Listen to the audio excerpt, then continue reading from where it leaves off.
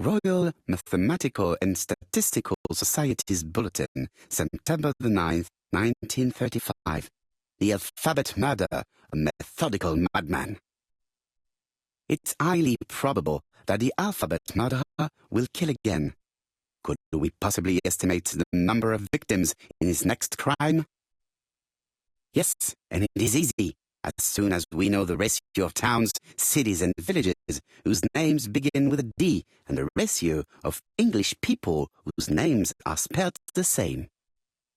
On the one hand, the ratio of towns, cities, and villages in England with a name starting with D, and on the other hand, the ratio of English people with a name also starting with D. After this initial calculation, it is easy to deduce the likelihood of actually being murdered if you belong to the target population. Go to the last page to find our results and details on the calculations. Daily Blag, August 31, 1935. Moustache at half-mast. Poirot's repeated failure in ABC case. Sometimes small things trouble great men. Hastings, faithful collaborator of the Belgian detective, knows something about it. 3 mornings in a row, he confided to us, the cook broke the egg yolks when preparing Poirot's breakfast. This apparently casual event has greatly disturbed my friend, to the point it breaks his concentration and slows his judgment. I also noticed his moustache, of which he is so proud, being duller than usual. Poirot, I assure you I haven't said any such thing to the journalists. They twist everything.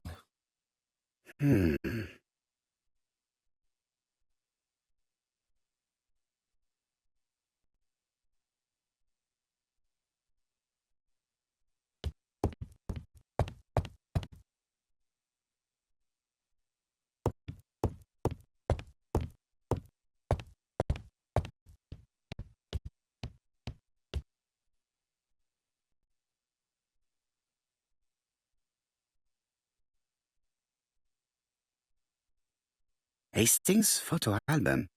He is very proud of his bag.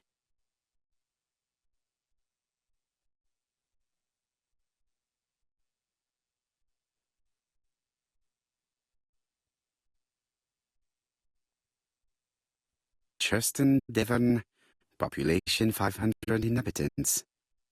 Hourly of trains. London, Churston. Trains of evening. London, 6:45 p.m. Newton about, 11 a.m.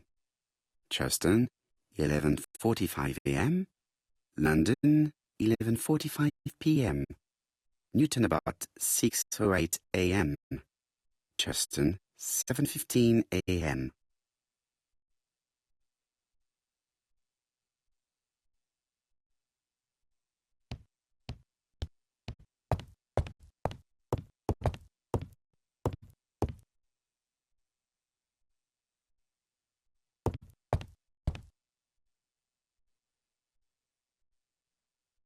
Poor Mr. Poirot.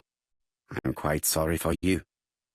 If at first you don't succeed, try again. We've a long way to go still. Typery? No, that comes later. Letter T. The next little incident will take place in Doncaster on September 11th. So long. ABC. I should compare this letter with the one on my desk which I received earlier to see if it does indeed come from the same person.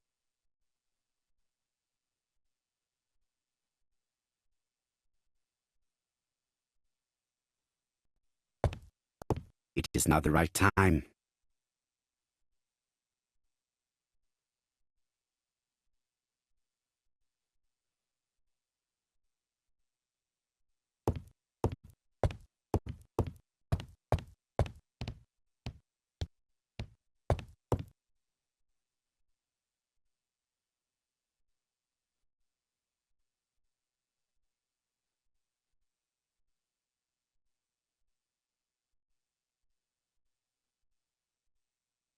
Let us examine this more closely.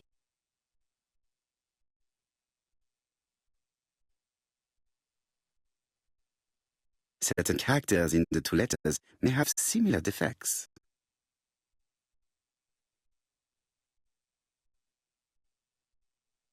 Yes, this I is weird. Yes, the I characters in the two letters do indeed have the same defects. I have to find some other similar defects to confirm my theory. Yes, the A appears to be quite unusual. That's right. The A characters in the two letters do indeed have the same defects. I have to find some other similar defects to confirm my theory.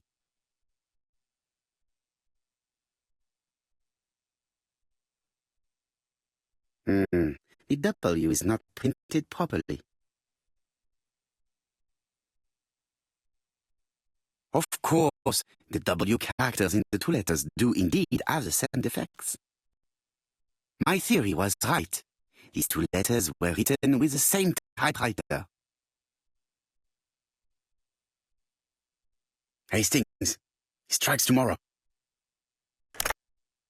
Chief Inspector Japp? He's on another line. Can I take a message? Yes, please, mademoiselle. It is from Hercule Poirot. Tell him ABC strikes tomorrow in Doncaster. He must call me back. Very well, sir. Bien, now I'm going to see what I can find from these burned documents. I've received the product I need. Hastings, if you do not mind, I would like you to take a few notes. Yes, yes.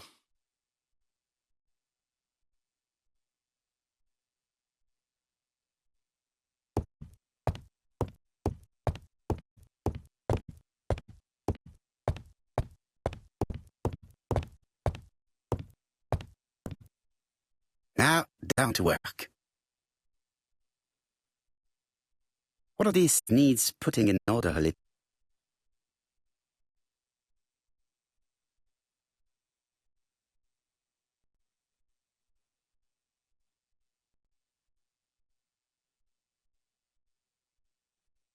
It's so simple.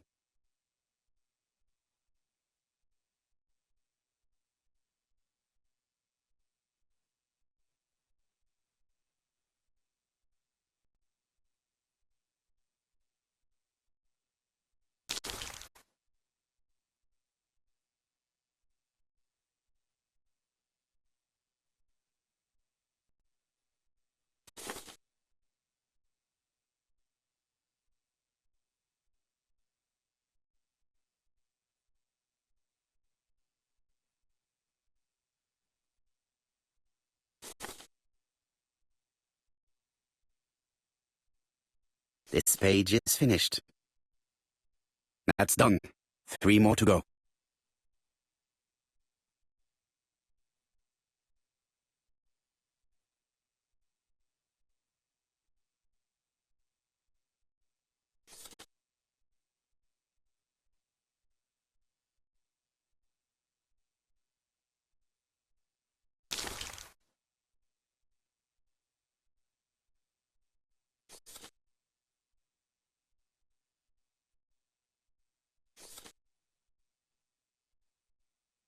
This page is finished.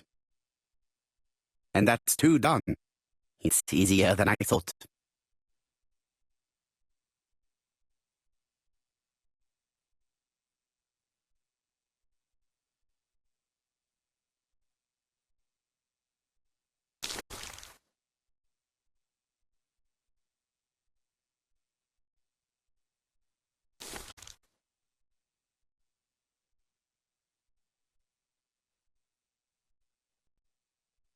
I think that this is right.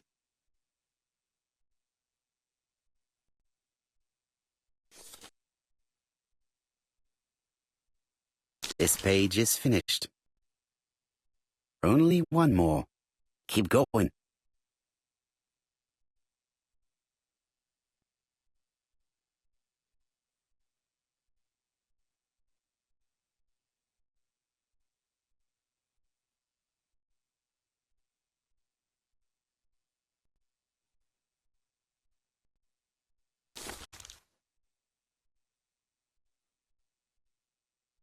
This page is child's play.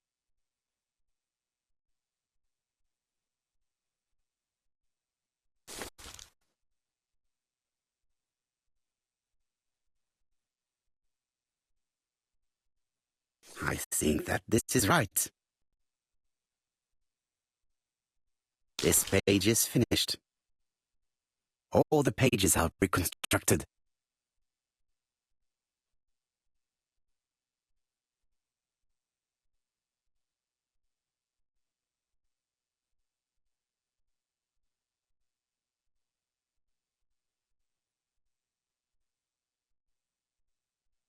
A dry cloth. A bottle of solvent.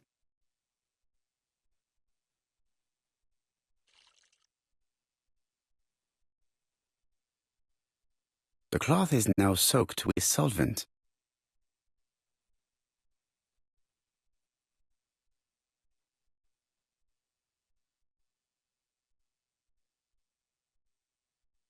Got it! Make a note, Hastings, make a note. Mrs. Alistasha, shop owner in Andover. Tracheitis, hemoptysis, prescribed laudanum. I got it. Look.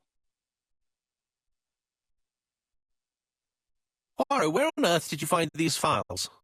On a fire at the bottom of the garden at Comside. All right, but where did the person who burned them find them?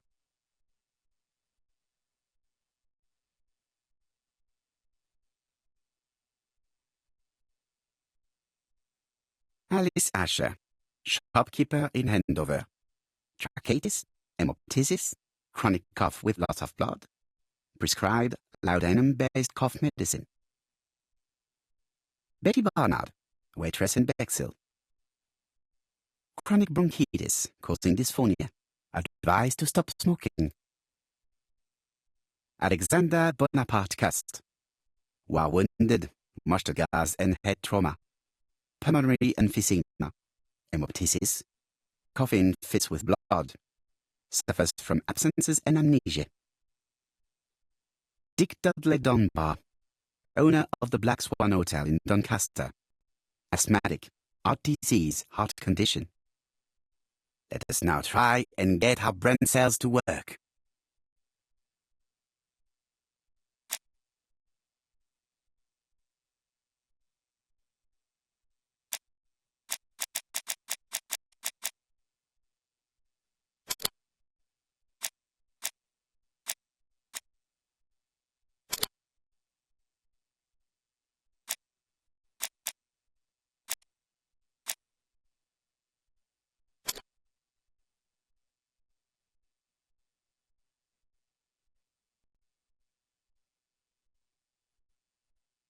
The burned documents are medical records, and without a doubt they come from Clark's archives.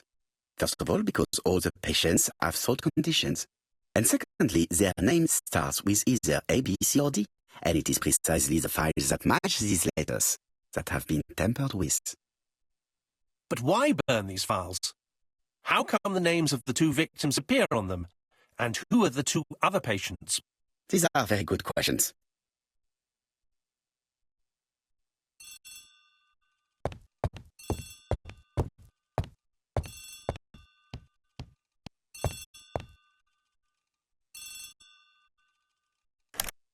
Hello, Poirot.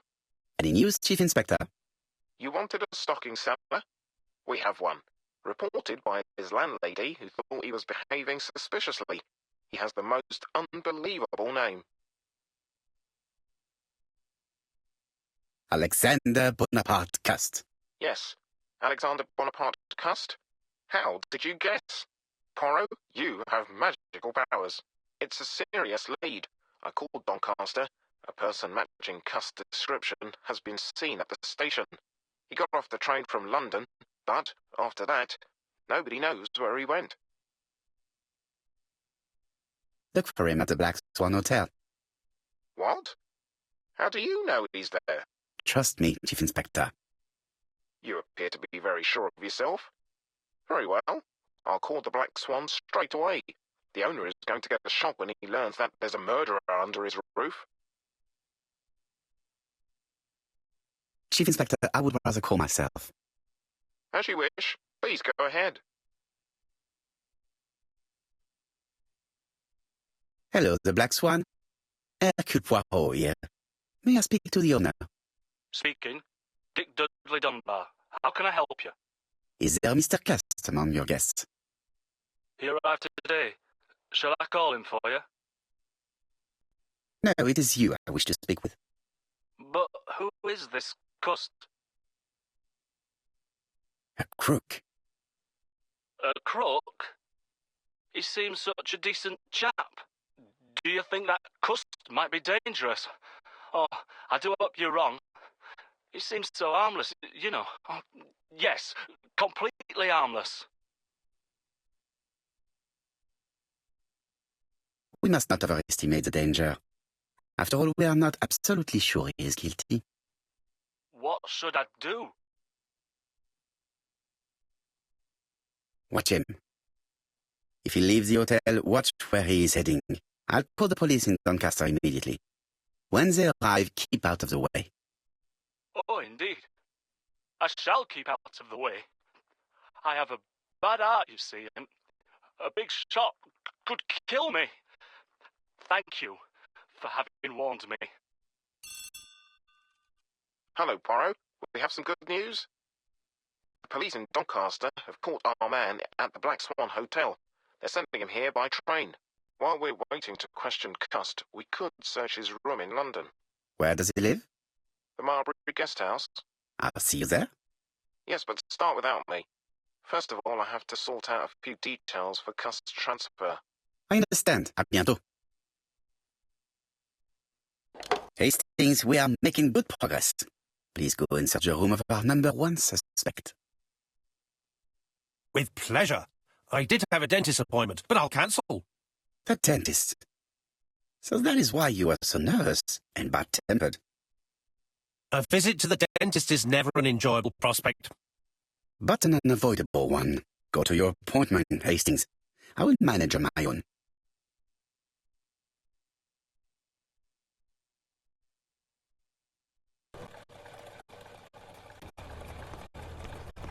To Marbury Guest House, please.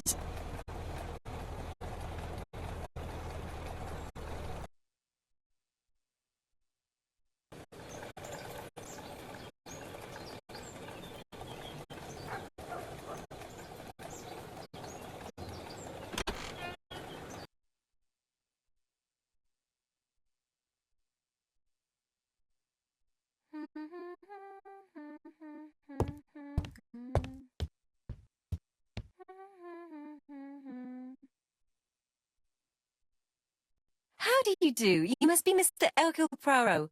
Chief Inspector told me that you might be coming.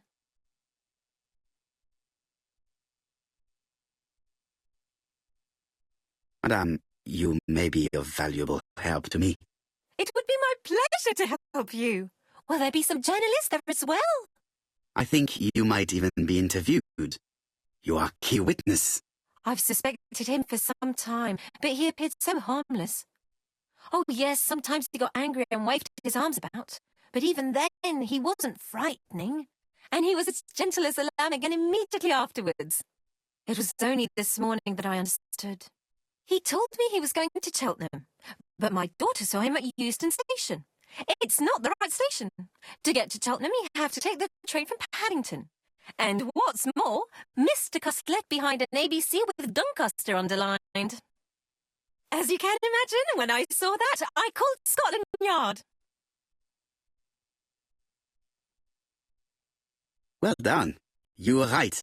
He did go to Doncaster. So I was right to warn the police. Tell me, did you have any other reason to suspect Mr. Cust? Well, he's odd.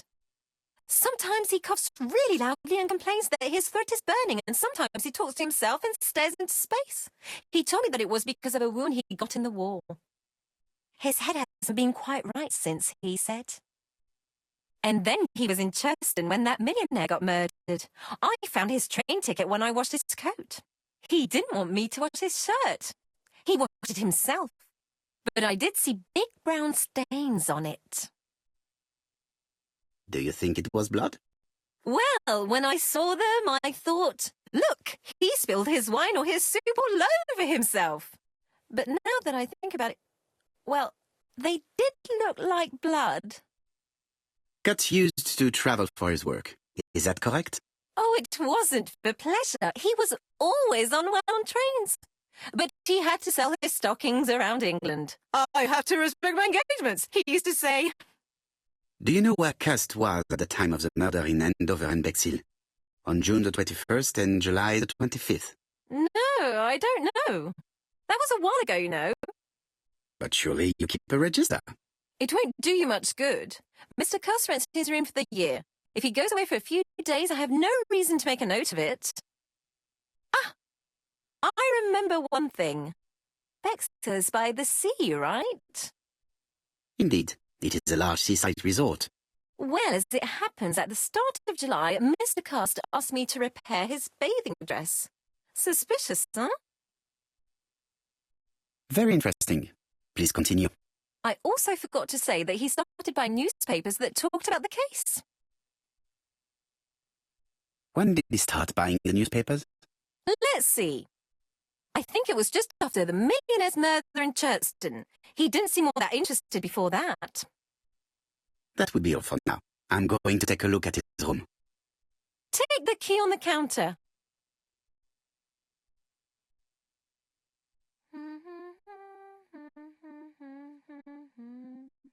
This woman appears to be in a good mood.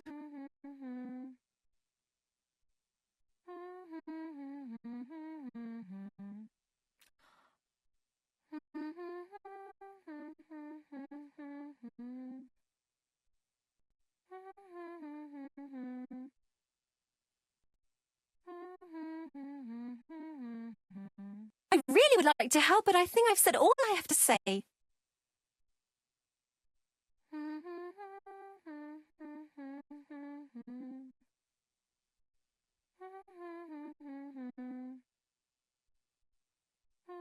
Mrs. Marbury is in a good mood.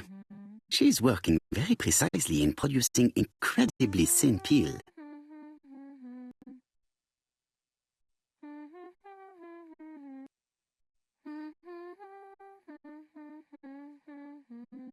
It looks like I've found the real master of this house.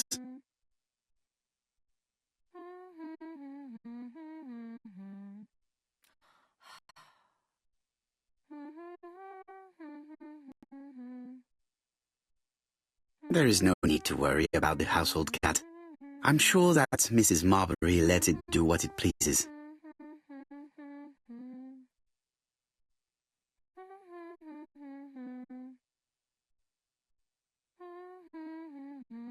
I don't think my register will help you. Mr. Cust rents his room all year. If he goes away for a few days, I have no reason to make a note of it.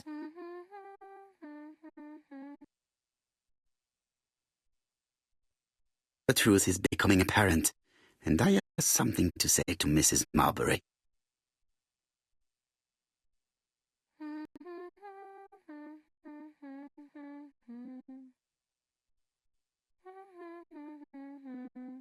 I have something to say to Mrs. Marbury.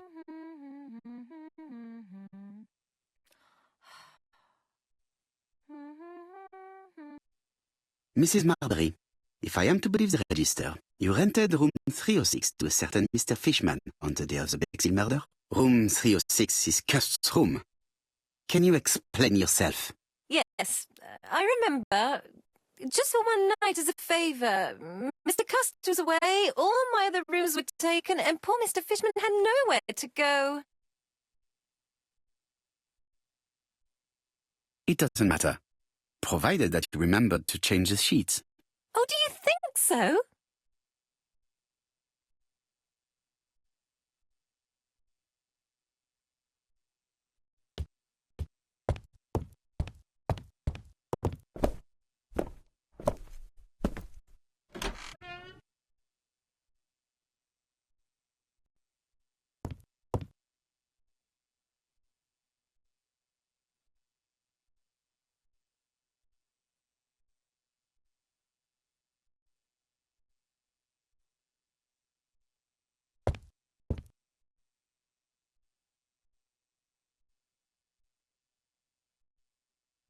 How awful.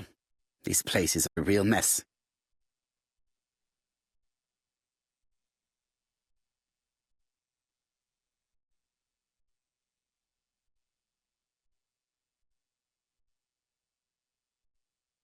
The least we can say that Mr. Cust is not very concerned about order and balance.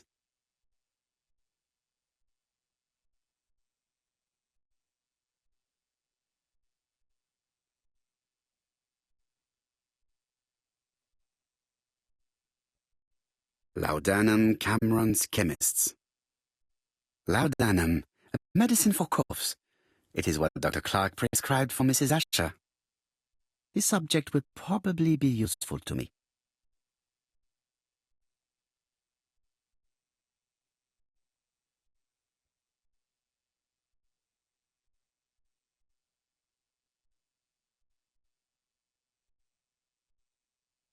Diethyl barbituric acid, Johnson Company. I know this medicine. It is a powerful sedative. This subject will probably be useful to me.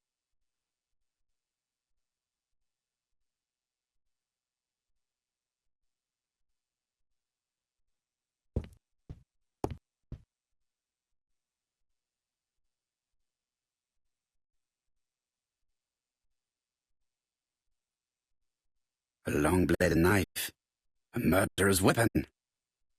This subject will probably be useful to me.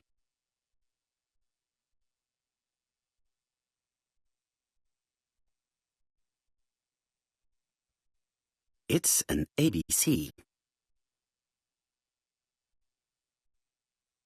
Cust is parsimonious.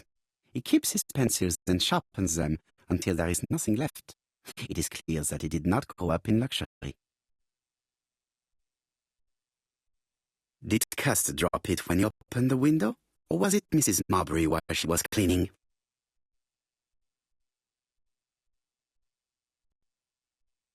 John Milligan, Managing Director, Silk Legs, Frederick Street, Leicester. To A.B. Cust, Marbury's Guest House, 1935, May the 21st. Dear Sir, further to our letters dated 5th and 10th of the month, we confirm we are you as door-to-door salesman, according to the conditions stated in our previous letters. We will send you the articles by mail and also a Redfield typewriter you would be using for every business letter. Regarding the schedule of your rounds, please do as following. June 21, Andover. Arrive by train the 20th in the evening and get a room at Station Hotel. Start your turn in the north part of the town. This letter establishes that Cust went to Andover, but the ink has hidden the destinations of his other trips. I know from Mrs. Marbury that he went to Churchton. I just have to show that he went to Bexhill, and I will have proved that he was present at all the crime scenes.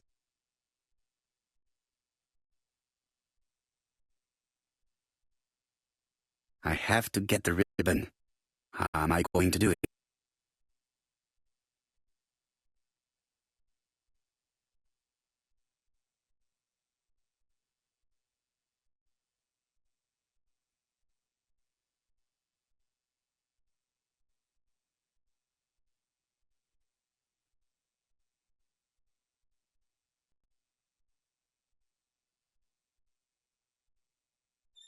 The left-hand heel has been removed.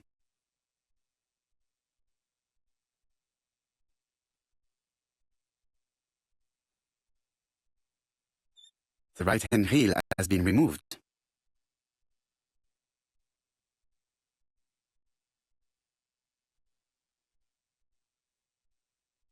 Something is blocking the ribbon. Something is blocking the ribbon.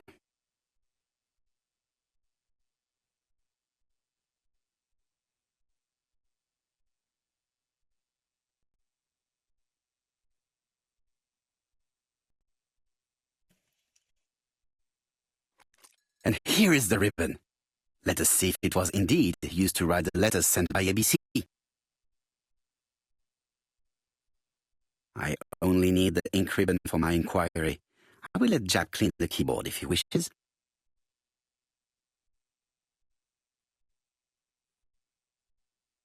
All the letters announcing the murders were written on Cust's typewriter.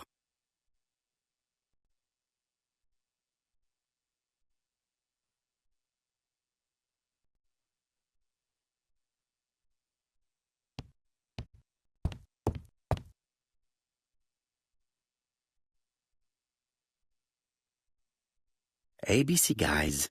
Enough to sign about a dozen murders. It's closed.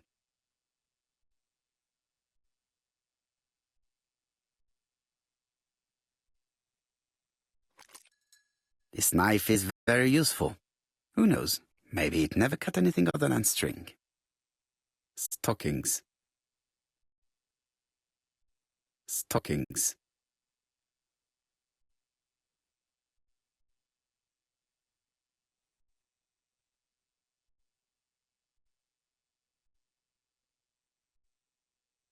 Trousers, white shirts. Everything has been washed very well. The Bexhill daily paper, dated from the day of the Bexhill murder. Most probably the basting dress repaired by Mrs. Marbury's expert hands. All the main articles referring to the ABC case are here, from the Churston murder onwards. Nothing before that date.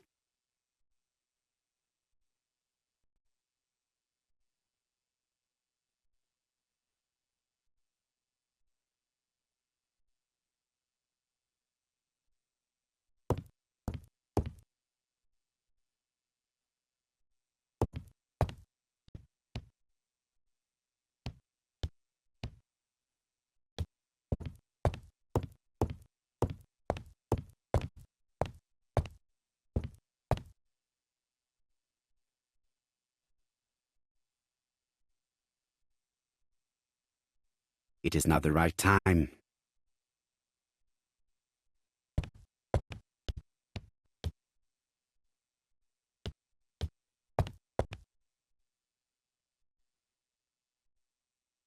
This dark stain. It could be blood, but goodness knows how long it has been there. Let us now try and get our brain cells to work.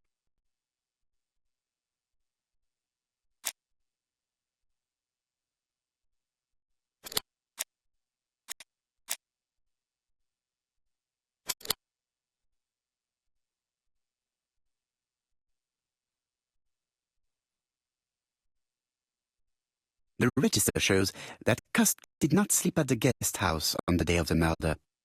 Where was he? Bexhill. The Bexhill paper reveals it. Cust bought this newspaper in Bexhill on July the 25th. No use continuing the inspection of this room. I've seen all there is to see.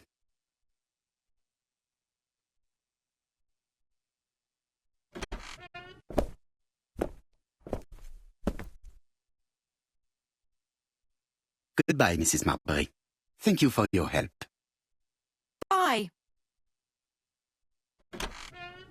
Ah, Chief Inspector. I was about to leave. Good evening, Chief Inspector. Welcome. Please excuse me, I must go to the kitchen. I'll leave the key of Mr. Cust on the counter. I'm sorry I'm late. I've spent ages with the Doncaster police. And you? I have established one fact. On 3 occasions, Cust was at the scene on the day of the crimes.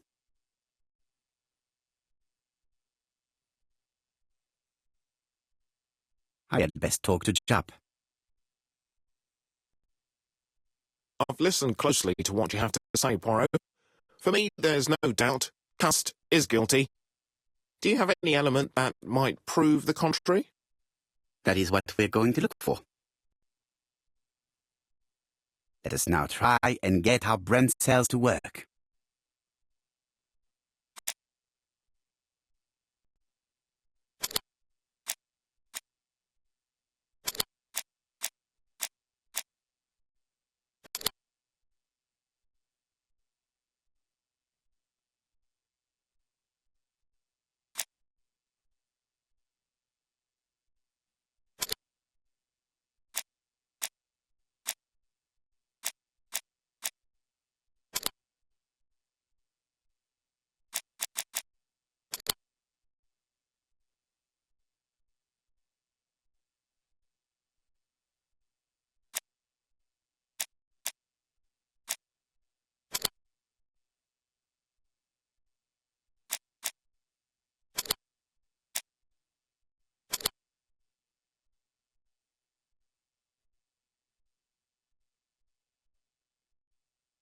The evidence against Cust is overwhelming. His presence at the scenes, the knife, the blood-stained shirt, the ABCs in a box.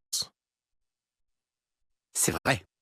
However, the blood Mrs. Marbury saw on Cust's shirt may have been his own.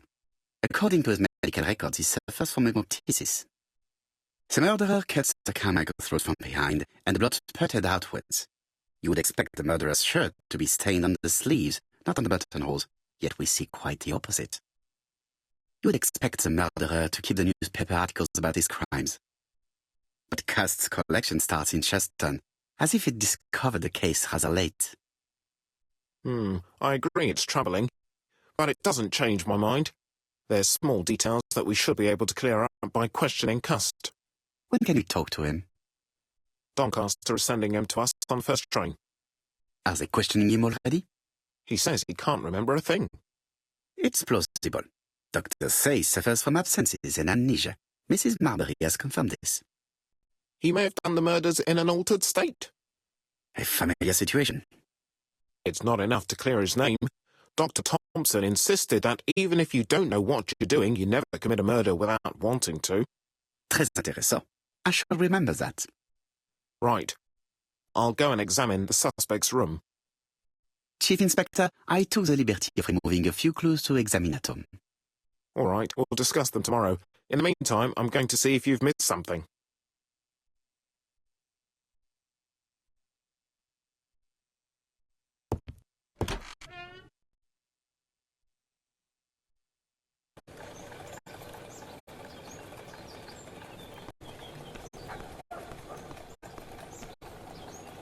To Scotland Yard, please.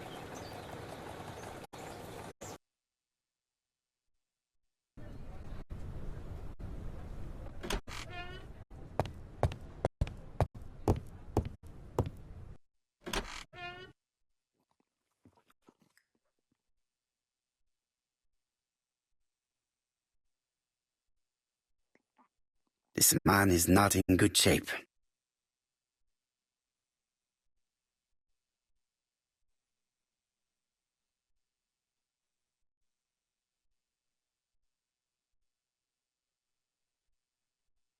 He is worried and very tired, and other police have been hard on him.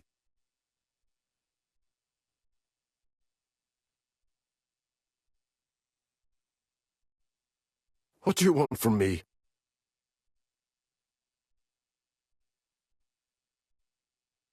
Good day, Mr. Cust. I am Hercule Poirot. Ah, you're the detective. Why did you send me a letter before each crime? Why all these questions? When are you going to stop pestering me? Très bien. You did not hide these letters. But the question remains, who did? Probably one of my enemies. I have many. I do not believe that you are capable of murder, Mr. Cust. I hope not. You suffered during the war. It's true. I was wounded. I suffered. But the army was the only place I didn't feel inferior. No questions. Just orders to follow. But ever since you were wounded, you have absences, bouts of amnesia. And headaches. Professor Clark treated you. Yes, a few years ago he really helped me with my burned throat. Of course, you never considered killing a doctor who took such good care of you. No, never. You were seen at all the crime scenes. Yes, I was. I travel a lot. But not for pleasure. I am terribly unwell in trains. But I had to respect my engagements. My employer gave me very precise written instructions about the towns I had to visit. Let's see. The company you claim to work for, Silky Legs, has never heard of you. And as for these letters they sent you, they were written on your own typewriter. The company sent me the typewriter when I started working for them. Yes, but the letters were received afterwards. So it would appear that you typed them before sending them to yourself. I don't remember. Good God! I don't know what's happening to me. My head hurts terribly.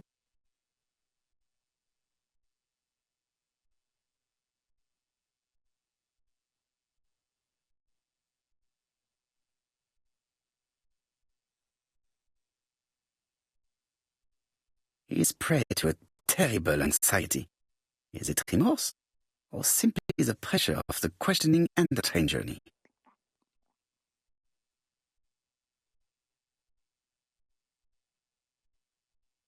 He is in no state to reply.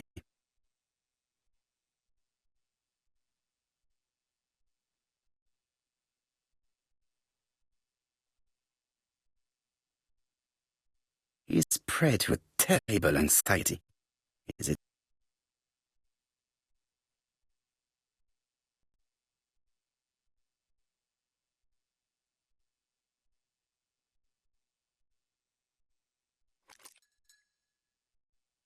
Take this. It will help you.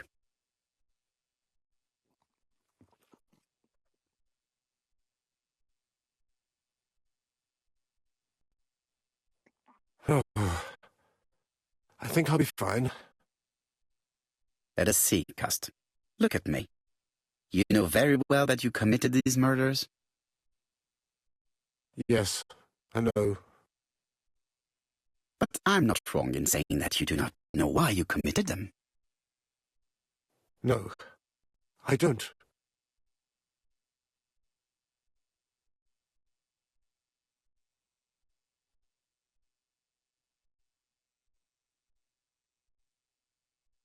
Let us leave Cust alone. He's at the end of his tether.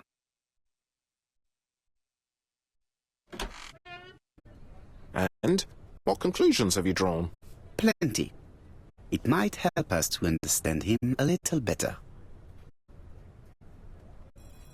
Let us now try and get our brain cells to work.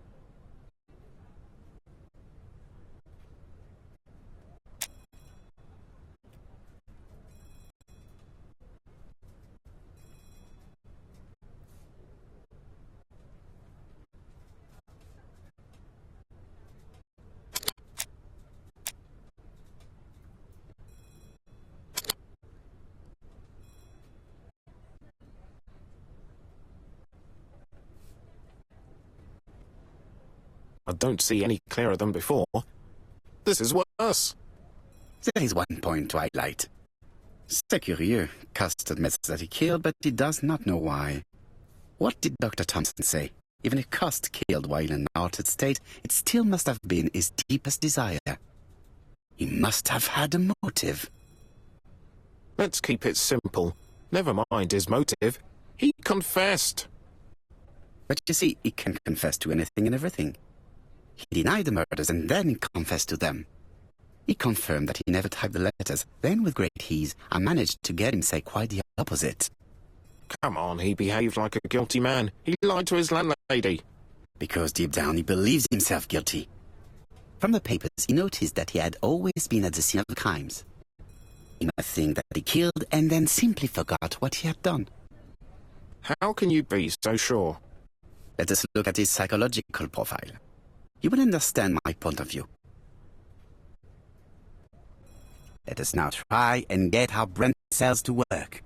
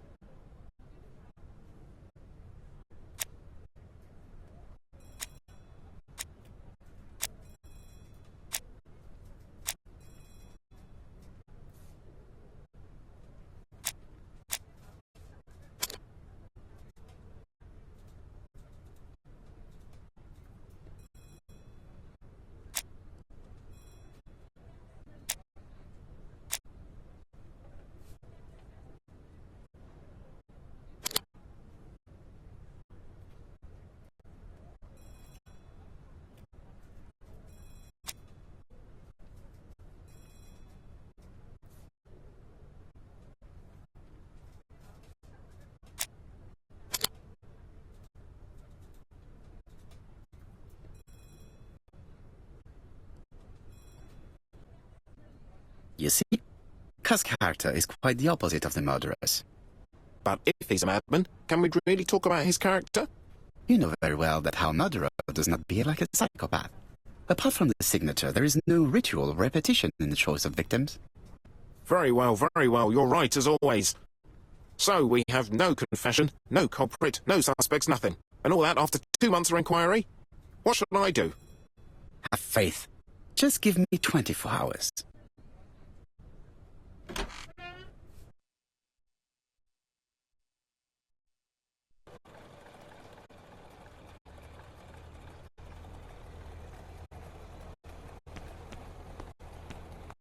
To White Heaven, please.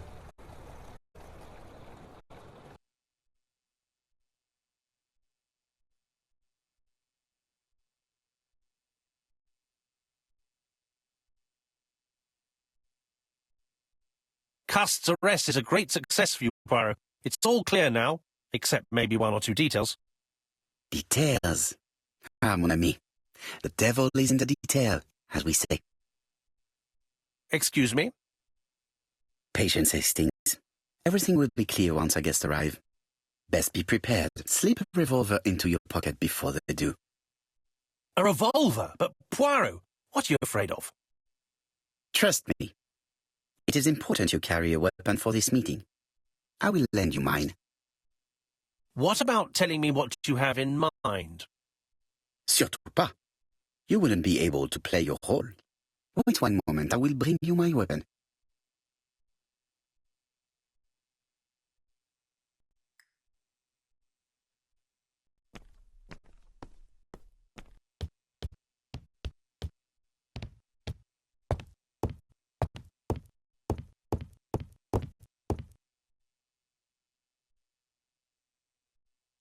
Daily Flicker, September the 11th, 1935.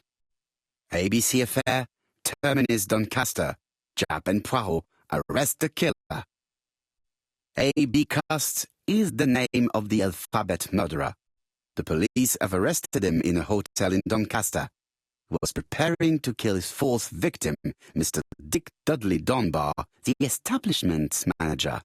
Mr. Dunbar owes his life to the miraculous intervention of Inspector Japp of Scotland Yard and Detective Hercule Poirot. The Lancet, September 11th, 1935. General Medical Journal. The alphabet murderer is not psychotic, according to Professor Thompson. In an early issue, we claimed that the alphabet murderer was not psychotic. Our assertion has just been confirmed by Professor Thompson, a Scotland Yard expert, who has spoken to the prisoner at great length. Not all obsessional killers are psychotic, he explained. It is true that Cust has a disturbed personality and memory disorders. But his amnesia, whether real or pretended, does not alter the fact that he was perfectly lucid at the time of his acts. Therefore, he will not escape punishment.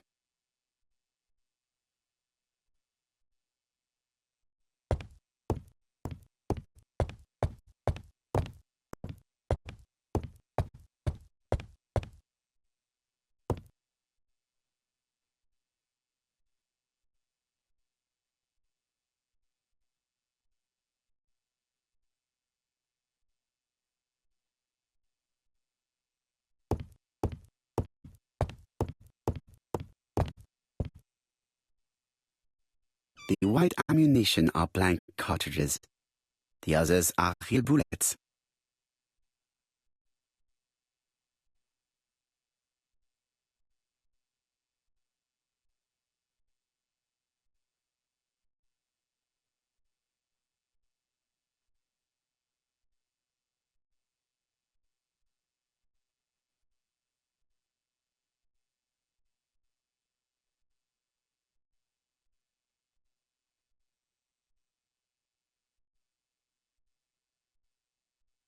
The revolver is loaded with blanks. I still have time to choose real bullets.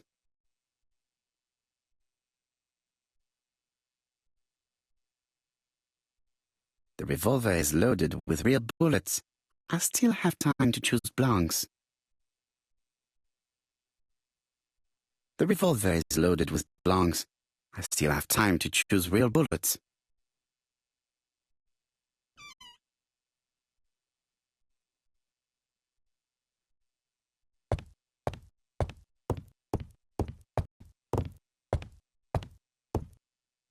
What about telling me what you have in mind? Surtout pas. You wouldn't be able to play your role. Wait one moment, I will bring you my weapon.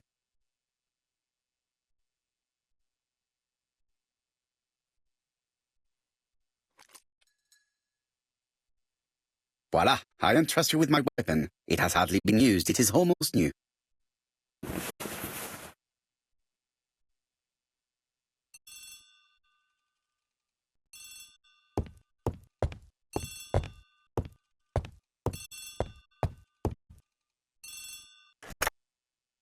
Chief Inspector, is that you? Yes. Sorry, but we haven't found anything. Have you checked the typewriter? And the packaging, the letter, and the ribbon reel. We've only found prints left by Cust and his landlady.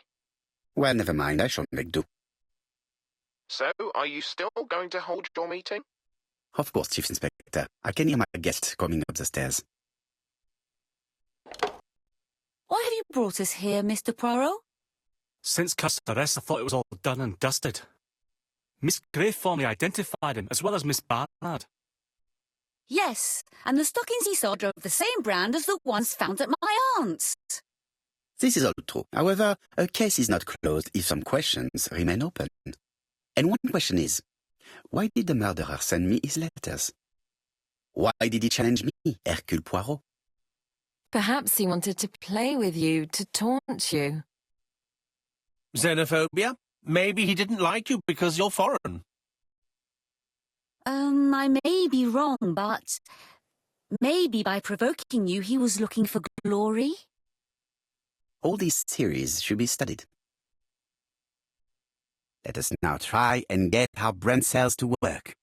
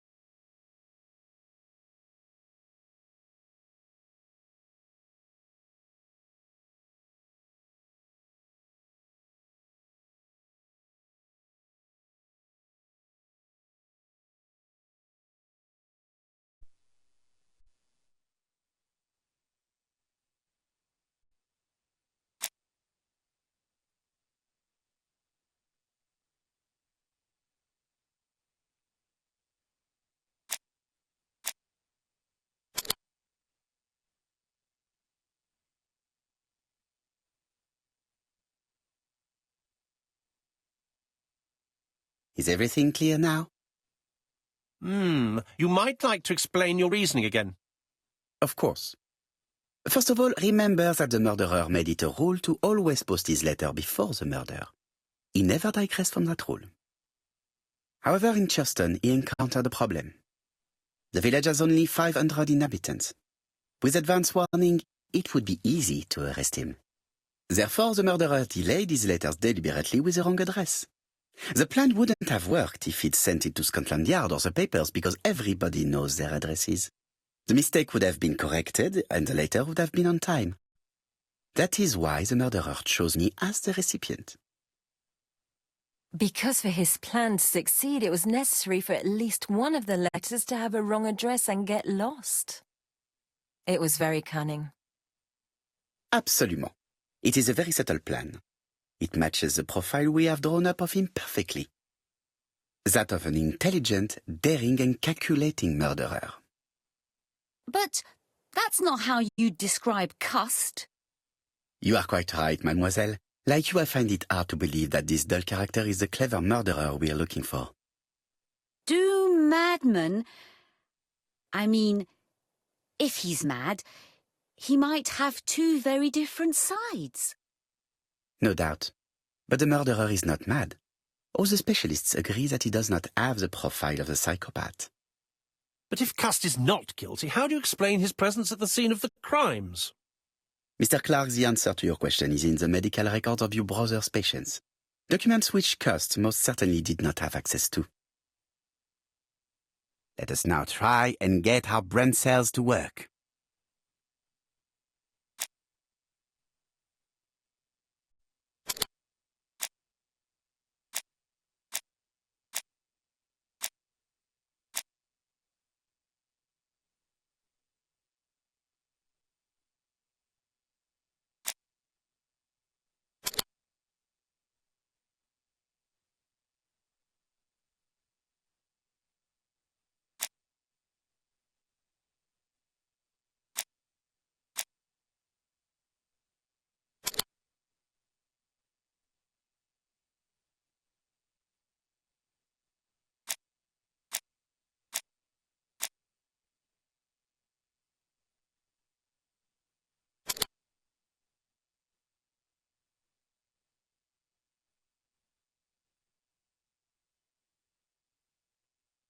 Dr. Clark's patients' records provided a very useful list of potential victims, sorted by alphabetical order.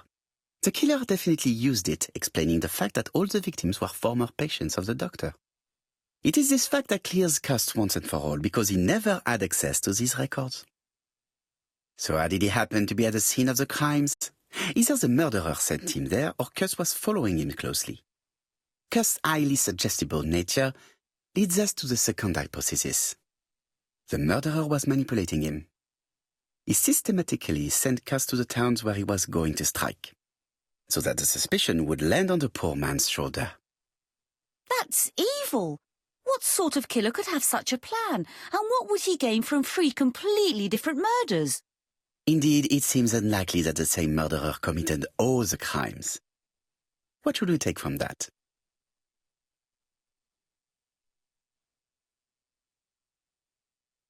Just one murder was of benefit to the murderer. The others were just diversions. On reflection, there is only one conclusion. The murderer killed once out of interest and twice to divert our attention. This reasoning points at two potential culprits. Franklin Clark. Donald Fraser? Yes, mademoiselle, that's good thinking. Mr. Fraser may have killed Betty out of jealousy. Mr. Clark may have killed his brother in order to inherit his large fortune. Both have a motive. But Donald did not have access to Dr. Clark's records. Please allow me to disagree with you, mademoiselle. He works for Court and Brunskill, one of whose clients was Sir Carmichael. It doesn't prove that I went to Comeside. You could have done it, and you may have used the opportunity to take a look at Sir Carmichael's records. Do you think I'm guilty? You or Mr. Franklin Clark? That's ridiculous. Both of you have a motive. The question is, which of you has the profile that most resembles the murderer? Let us now try and get our brain cells to work.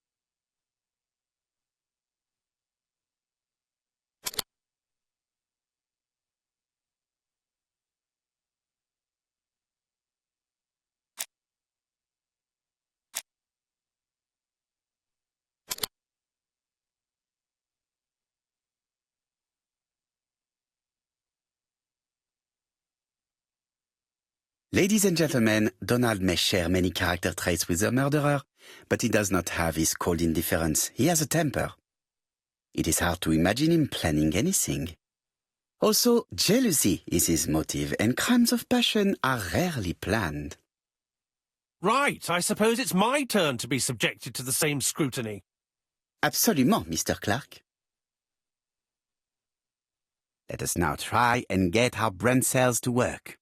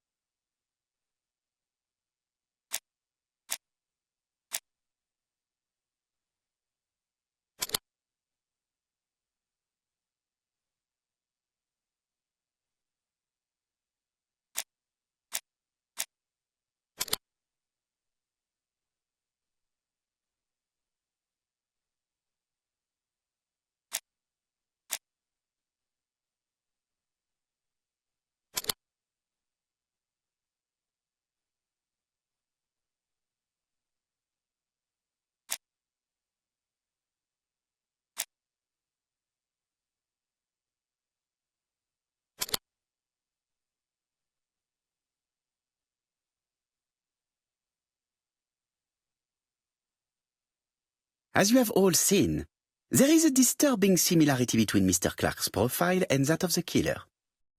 In actual fact, it is exactly the same. Mr. Poirot, your psychological studies are interesting, but your conclusions do not add up. Why would I have wished my brother's death? The inheritance is lawfully mine. I just have to wait. No, you had to act quickly. Because of Miss Grey.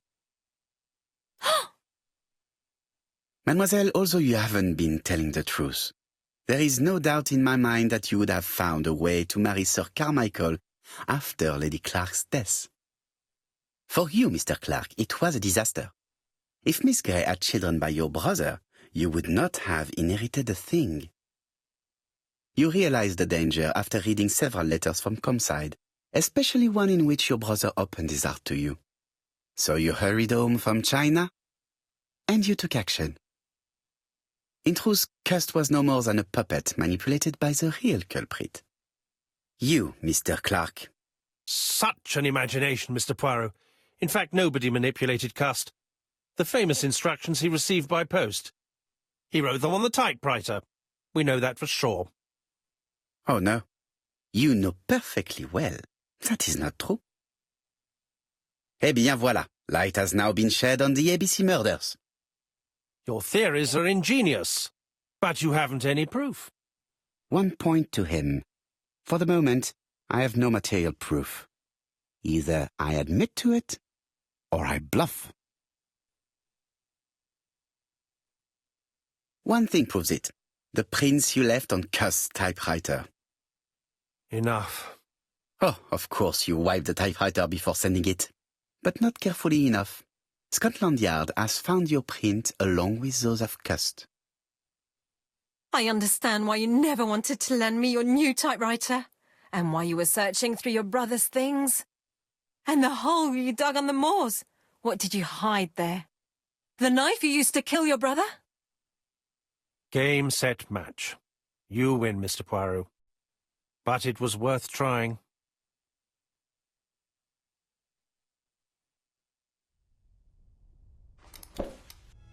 Don't come near me! I'll never let you take me, Mr. Poirot!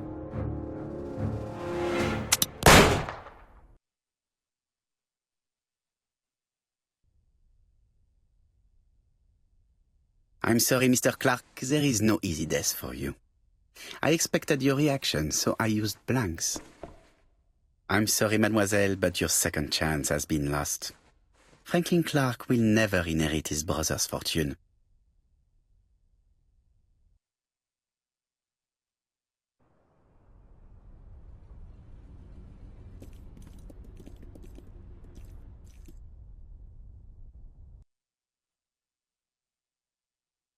Disappointed at having missed the chance to become Lady Clark, Thora Grey left England.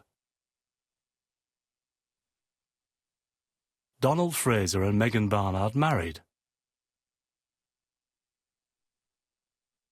On Poirot's recommendation, Mary Drower started to work for Lady Clark. The elderly lady's condition suddenly took a turn for the better. And a few months later, to Dr. Logan's great surprise, she was back on her feet again. According to this eminent physician, it appears to be an extremely rare case of spontaneous remission. Lady Clark has enjoyed very good health ever since.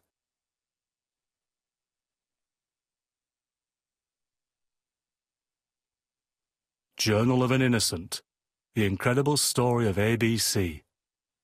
As for A.B. Cust, after being advised by Poirot, he made a great deal of money by selling his story to the press. And as for me, and with business booming, the Black Swan has become the #1 tourist attraction in the whole of Yorkshire, even more popular than York Minster.